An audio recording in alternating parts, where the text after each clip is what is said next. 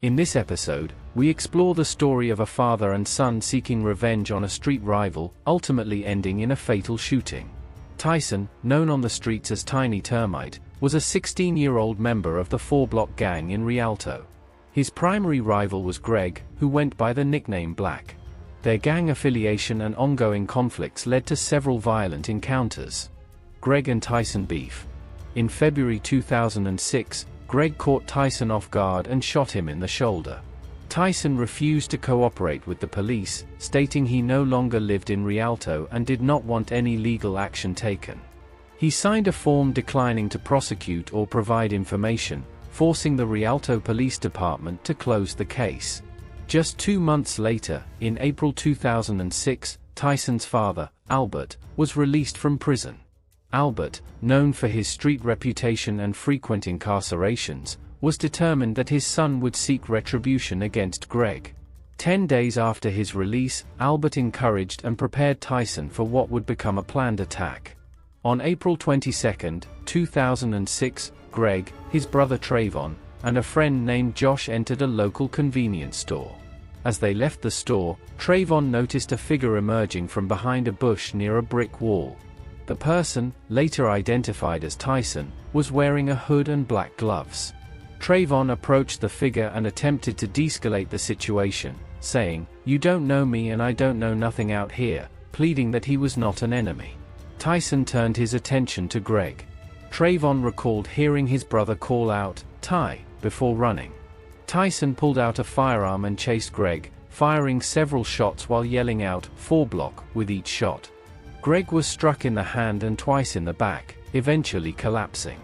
Witnesses reported seeing Tyson approach Greg, who was lying motionless less than 3 feet away, and fire 2 additional shots into the back of Greg's head. After the shooting, Tyson fled the scene and quickly escaped by jumping into a waiting silver SUV. 17-year-old Greg ultimately died from the gunshot wounds inflicted during the April 2006 attack. Initially, his brother Trayvon refused to identify the shooter, expressing a desire to handle matters himself and seek revenge. It took approximately 7 months before Trayvon finally contacted the police, frustrated that law enforcement had not independently apprehended the suspect. After further investigation, Trayvon was able to identify Tyson from a photo lineup as the shooter. Following Trayvon's identification, police went to Tyson's family home, where they observed a silver SUV parked in the driveway, the same vehicle believed to have been used as the getaway car during the shooting.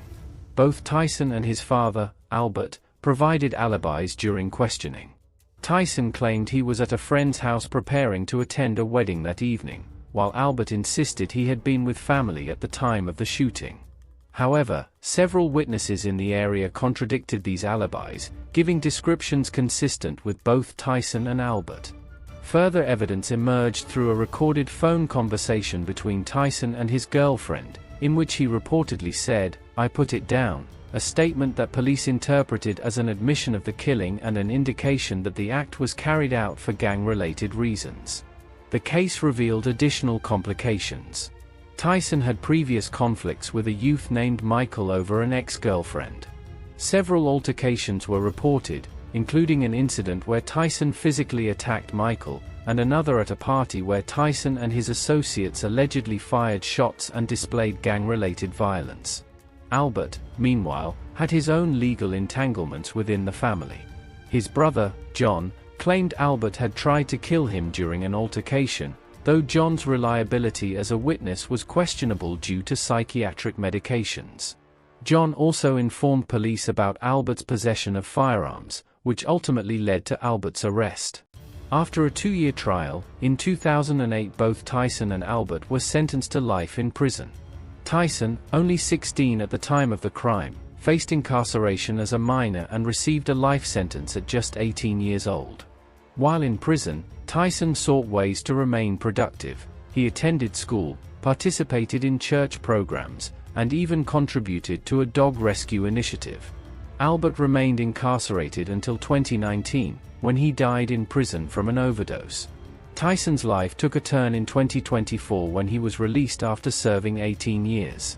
Since his release, He has participated in numerous prison reform programs, speaking to former inmates and advocating for change. Tyson has returned to education, pursuing a degree, and has committed himself to building a better, more positive life.